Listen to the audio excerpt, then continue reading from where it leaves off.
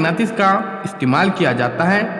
Pin holder के ढक्कन और रेफ्रिजरेटर के दरवाजे में मैग्नेटिस लगाया जाता है। तो लोहे की अशिया मैग्नेटिस से चिपकती हैं। तो प्यारे बच्चों, इसकी तारीफ इस तरह से, लोहा, निकल, कोबाल्ट वगैरह से बनी चीज़ें जिस शय को चिपकती है उस शय को मैग्नेटिस कहते हैं। मैग्नेटिस की इस खुसूसियत को मैग्नेटिसियत कहते हैं।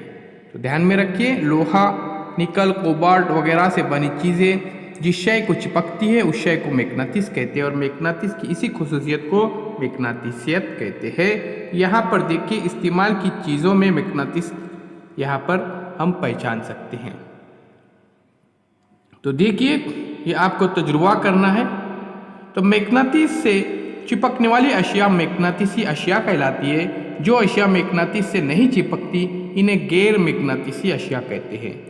लोहा, कोबाल्ट, निकल ये मैग्नेटिसी अशिया है। उसके बाद रबर, प्लास्टिक